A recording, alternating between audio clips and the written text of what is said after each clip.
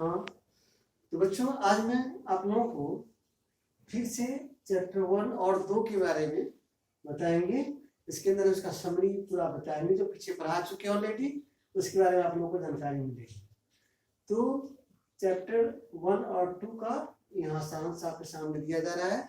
इसके जो मूल बिंदु है, मूल पॉइंट्स है, वो दर्शाया गया है। चैप्टर 1 की पॉइंट है और चैप्टर 2 की ये पॉइंट है। तो इंपॉर्टेंट पॉइंट्स में सबसे पहले हम लोग जानेंगे ब्रांचेज ऑफ केमिस्ट्री के बारे में। केमिस्ट्री की मूल रूप से 3 ब्रांच हैं, इनऑर्गेनिक, ऑर्गेनिक और फिजिकल।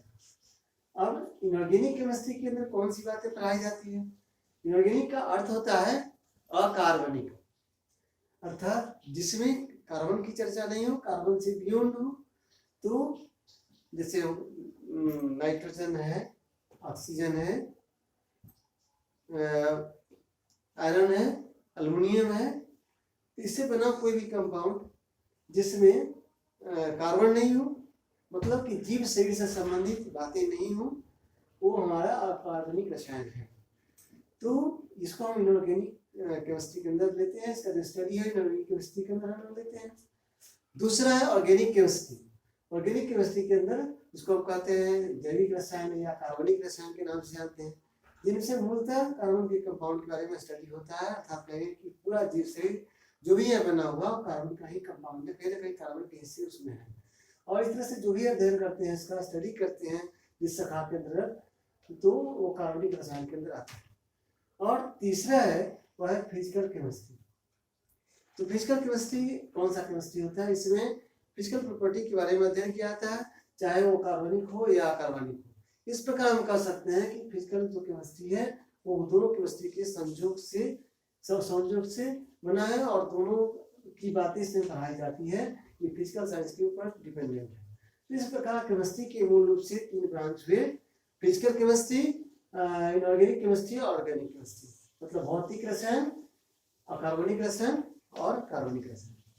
मूल रूप से जो जितना भी जीव है, जितना भी जीव शरीर जो बना हुआ है, जिसमें जीव का कहीं ना कहीं अंश है, चाहे वो प्लांट्स हो या एनिमल्स हो, वो मूलतः ऑर्गेनिक केमिस्ट्री के अंदर ही आते हैं। और जिनमें जीव शरीर का कोई शेषांश नहीं हो, वहां पर हम कह सकते हैं कि ऑर्गेनिक केमिस्ट्री है। तो अब हम पढ़ने पढ़ाने के दौर में आते हैं कि इस केमिस्ट्री में जो हम ऑब्जर्वेशन करते हैं, केमिस्ट्री के बारे में स्टडी करते हैं, तो उसका क्या क्या मेथड होता है स्टडी करने का, कैसे हम उसको बढ़ावा देते हैं, कैसे इसके बारे में अधिक जानकारी प्राप्त करते हैं। तो सबसे पहले हम लोग आएंगे साइंटिफिक मेथड के बारे में पढ़ेंगे। ये साइंटिफिक मेथड क्या होता है? जब हम साधारण तौर से किसी बात को सोचते हैं लेकिन उसके निदान तक नहीं पहुंच पाते, निदान मिलता है अथवा नहीं मिलता है, या फिर स्वयं सिद्ध नहीं होता है, उसको प्रूव नहीं कर पाते हैं, तो वो साइंटिफिक मेथड नहीं होता है।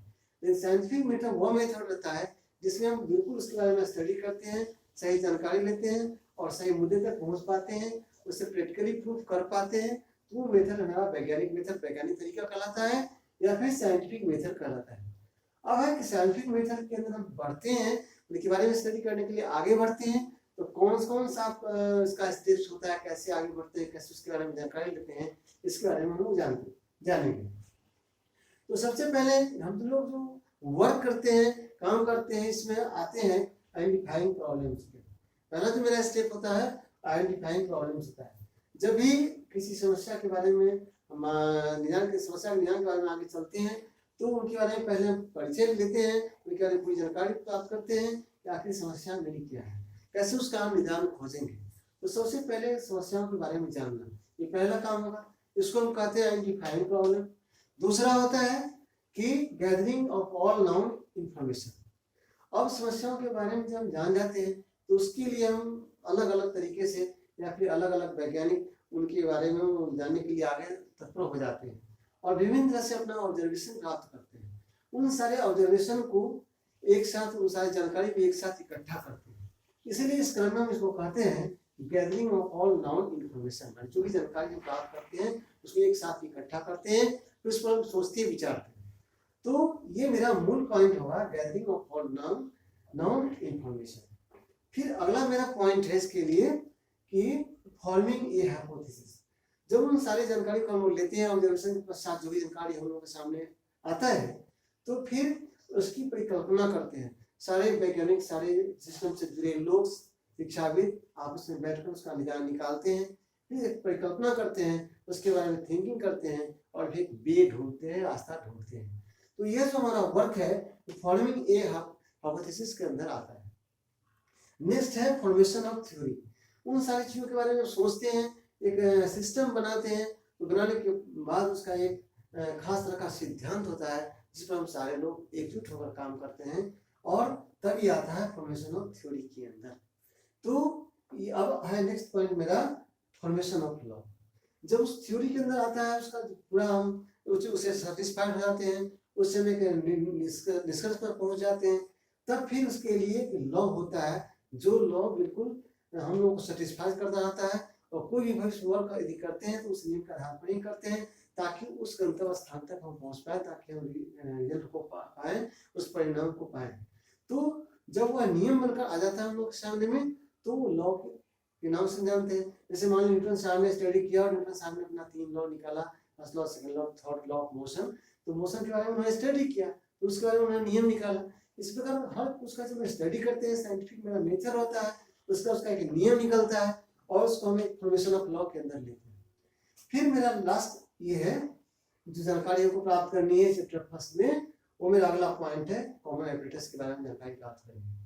तो जब भी इसका लैब वर्क होता है किसी भी साइंटिफिक मेथड के अंदर, जब उसको स्टडी करते हैं, उसके बारे में पूरी जानकारी प्राप्त करते हैं, तो फाइनलाइज हम उसके प्रैक्टिकल पर करते हैं, प्रायोगिक स्टडी पर करते हैं, और अंत में प्रैक्टिकली जब हमारा नॉलेज होता है तो हम उसको वेरीफाई कर पाते हैं, समझ पाते हैं कि बिल्कुल 100% सही है, सब निष्कर्ष पर पहुंच चुके हैं। तो इसके लिए जब हम लैब में पहुंचते हैं, बहुत सारे एपरेटस इसका यूज करते हैं उसको सही जगह पे लाने के लिए, तो उसमें हमारा कॉमन एपरेटस आता है, जिसमें हम लोगों ने चर्चा की इससे पहले वीडियो में कि जैसे हमारा बीकर है, या फिर उसका फनल है, बर्नर है, या बहुत सारा एपरेटस उसका है, फ्लास्क वगैरह है। तो वो सारे एपरेटस के बारे में हम इसकी चर्चा करते हैं, उसका बारे में स्टडी करते हैं, जिसके बारे में पहले भी आप लोगों को बता चुके हैं। तो इन सारे मुद्दों पर हम चर्चा करते हैं चैप्टर 1 के अंदर। ये मेरा समरी है, मेरा सारांश है, इनके बारे में हमें जानकारी होना जरूरी है।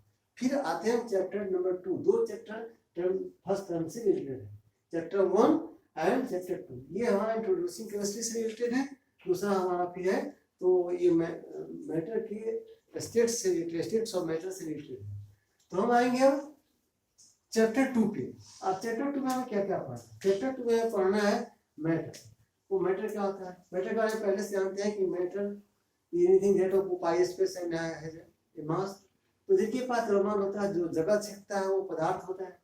अब इन पदार्थों को भी हम इस पदार्थ को भी 3 भागों में बांटते हैं। 3 प्रकार के पदार्थ हैं कि पदार्थ 3 प्रकार के होते हैं, सॉलिड, लिक्विड और गैस।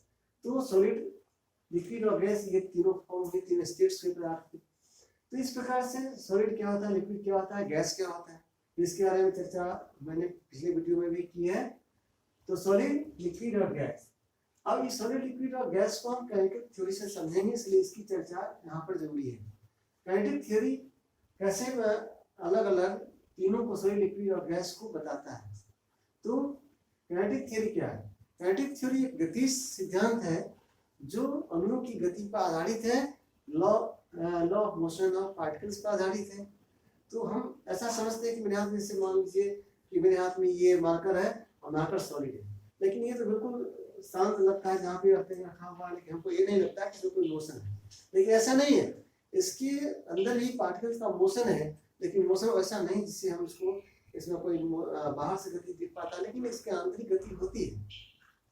तो चाहे सॉलिड स्टेट में हो, लिक्विड स्टेट में पदार्थ हो, या फिर गैसियस स्टेट में हो, सब में ये मोशन रहता है।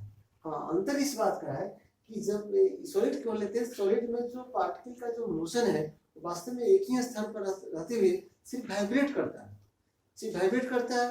तो बाहरी एक्सटर्नल पोजीशन में कोई चेंजिंग नहीं आता है, लेकिन वाइब्रेशन अंदर रहता है, और इस प्रकार वो ज़्यादा नहीं रिपीट हो पाता है, तो इसको हम सॉलिड के नाम से जानते हैं। लेकिन जब ये जो मोशन होता है पार्टिकल का मोशन, तो ये बहुत काफ़ी दूरी तक थोड़ा अपने स्थान से हटकर अगर वाइब्रेशन होता है तो उसको लिक्विड के अंदर देते हैं। फिर जब अधिक दूरी तय कर दिया, पूरा अराउंड चारों तरफ घूमना शुरू किया, उसके अंदर मोशन आ गया, तो वो मोशन जो है गैस के अंदर हो सकता है। इस प्रकार काइनेटिक थ्योरी ये तीनों को, सॉलिड, लिक्विड और गैस को बतलाता है। ये जो मोशन ऑफ पार्टिकल्स है मैटर में, उसकी जो मोशन करने की जो मेथड है, तरीके हैं, इस आधार पर सॉलिड लिक्विड गैस को अलग किया सकता है। मान लिया जाए ये मेरे पास एक पदार्थ है, सपोज दैट इसके अंदर ये पार्टिकल होता है और पार्टिकल का वाइब्रेशन चारों तरफ होता है। यदि पार्टिकल वाइब्रेट तो करते हैं लेकिन यदि स्थान नहीं छोड़ते हैं अपना, उसी प्लेस पर बनाए रहते हैं, तो सॉलिड हो सकता है, तब सॉलिड होगा। लेकिन जब ये वाइब्रेट करके अपना स्थान छोड़ देते हैं, थोड़ा दूर हट जाते हैं, तो लिक्विड हो सकता है। फिर यदि वाइब्रेट करके थोड़ा कोई और बदल देते हैं, तो गैस हो सकता है। लेकिन ये सारी बातें आधारित है ये काइनेटिक थ्योरी, मतलब गति सिद्धांत पर। इसलिए किसी पार्टिकल का जो लॉ ऑफ मोशन है ये उसके काइनेटिक थ्योरी पर आधारित है, और इस आधार पर भी हम किसी सॉलिड लिक्विड और गैस को अलग कर सकते हैं। हमारे न्यूज सीरियसली थोड़ा बदला है, इसको हमको पढ़ना, काइनेटिक थ्योरी को पढ़ना है। It is a fundamental theory which is related to the solid liquid and gas and it is related to the chapter matter. अब हम आते हैं चेंज ऑफ स्टेट्स। अवस्था परिवर्तन कैसे होता है, किस प्रकार हो जाता है? तो अवस्था परिवर्तन के दो कारण हो सकते हैं, या तो टेम्परेचर हो सकता है या फिर इसको कूलिंग हो सकता है। लेकिन कूलिंग और टेम्परेचर का आंतरिक रिलेशन है। यदि टेम्परेचर न्यू से नीचे रहता है उसी का नाम कूलिंग है। इसलिए पढ़ सकते हैं कुल मिलाकर कि स्टेट्स किसी पदार्थ की जो अवस्थाएं हैं उनका उनमें जो परिवर्तन होता है इसके पीछे टेम्परेचर का ही हाथ होता है। तो जैसे मेरे पास सॉलिड है और सॉलिड को थोड़ा गर्म करते हैं, हीट करते हैं, तो लिक्विड में बदल जाता है। तो लिक्विड में बदल जाता है इस प्रकार, फिर उसको जब गर्म करते हैं तो गैस में बदल जाता है। तो टेम्परेचर के द्वारा सॉलिड लिक्विड में और लिक्विड गैस में बदल जाता है। इस प्रकार हम कह सकते हैं कि टेम्परेचर किसी पदार्थ के स्टेट में चेंज करने में वो बहुत बड़ा कॉज है। ठीक इसी प्रकार से जस्ट लाइक गैस को हम कूल करते हैं, कूल डाउन करते हैं, तो वो फिर लिक्विड में बदल जाता है। फिर उसको और भी ठंडा कर देते हैं तो सॉलिड में बदल जाता है। फॉर एग्जाम्पल वाटर वेपर को ले, जो उसको पूरा ठंडा करते हैं, कूलिंग के अंदर लेते हैं, तो वो वाटर वेपर लिक्विड में कन्वर्ट हो जाता है। जैसे हम पहले के दिनों में तो फॉग देखते हैं, फॉग ठंडा होकर हम देखते हैं वो लिक्विड में कन्वर्ट हो गया, नाक में पानी के साथ दिखाई देता है। लेकिन कहीं ऐसा भी होता है कि जब लिक्विड उससे भी ज़्यादा ठंडा हो जाता है, इसको दिखाई देता है। तो जब कूलिंग करते हैं गैस को, तो कूलिंग करने से फिर वो गैस लिक्विड में आता है, फिर लिक्विड सॉलिड में बदल जाता है। इसी प्रकार सॉलिड को जब टेम्परेचर माने हीट करते हैं तो फिर लिक्विड में बदल जाता है, फिर लिक्विड गैस में बदल जाता है। तो हम कह सकते हैं by help of temperature we can change the states of light. तो ये मेरा होगा पॉइंट 3। और आएंगे पॉइंट 4 पे। पॉइंट 4 मॉलिक्यूल एंड एटम्स के बारे में हमें स्टडी करना है। और मॉलिक्यूल्स क्या होता है और एटम्स क्या होता है, इसके बारे में पहले भी हम बता चुके हैं कि मॉलिक्यूल्स होता है वास्तविक कंपाउंड का स्मॉलेस्ट पार्टिकल होता है। दैट मींस इसका रिलेशन जो होता है टू और मोर देन टू एटम्स आपस में जब कंबाइन होते हैं, आपस में मिल जाते हैं, तो मॉलिक्यूल का निर्माण करते हैं। व्हेन टू और more than two atoms of any element combined chemically and they form molecule. It is the smallest part of particle of compound. ये compound एक साथ मिश्रित से बना हुआ है, उसका जो smallest part है वो molecule है। ऐसा एग्जांपल हम वाटर का लेंगे। वाटर का molecule H2O होगा। ये H2O यहाँ H और O दोनों के मिलने से बना है। देखिए हम H2 की बात करते हैं, H2 में इसका निर्माण दो H के मिलने से बना है। H और H ये दोनों मिलकर H2 बनाए, तो भी मॉलिक्यूल है और ये भी मॉलिक्यूल। लेकिन ये मॉलिक्यूल जो है विषम है, जो भिन्न तरह के एटम मिले तो मॉलिक्यूल बना है। लेकिन यहाँ पर जो मॉलिक्यूल बना है ये समान एटम के मिलने से बना है, लेकिन ये भी मॉलिक्यूल है और ये मॉलिक्यूल। इसलिए मॉलिक्यूल दो तरह का हो सकता है, समान एटम वाले मॉलिक्यूल और फिर विषम एटम वाले मॉलिक्यूल। तो यहाँ पर हम फिर हाइड्रोजन की चर्चा करेंगे। तो हाइड्रोजन जो है हमारा H2 वो वास्तविक में गैसेस होते हैं और ये डायटोनिक मॉलिक्यूल है। लेकिन वहीं पर जो हमारा H है ये पूरा एटम है, ये मॉलिक्यूल नहीं है, क्योंकि इसका कॉम्बिनेशन यहाँ पर नहीं हो रहा। तो हाइड्रोजन H जो हमारा सिंबल, वो हाइड्रोजन का सिंबल H है, तो ये एटम है और ये मॉलिक्यूल। इस प्रकार एटम और मॉलिक्यूल में काफी है। तो हम लोग आएंगे, नेक्स्ट पॉइंट है मेरा arrangement of molecule. Arrangement of molecules states of matter में कैसे पढ़ना है?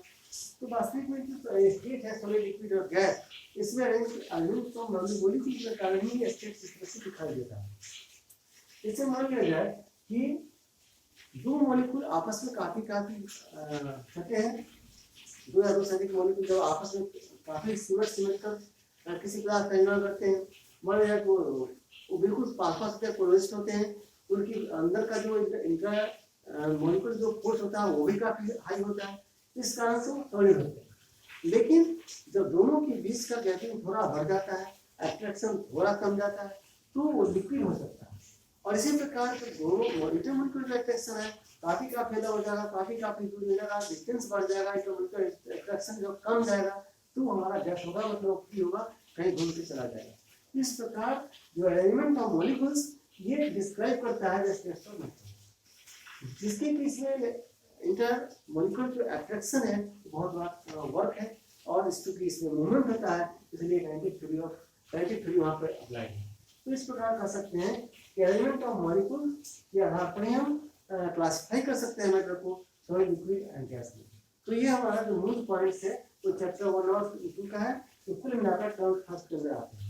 तो इस प्रकार हमने इसका रिवीजन किया और बहुत सारी बातें को मैंने पिछले वीडियो में बताया भी है।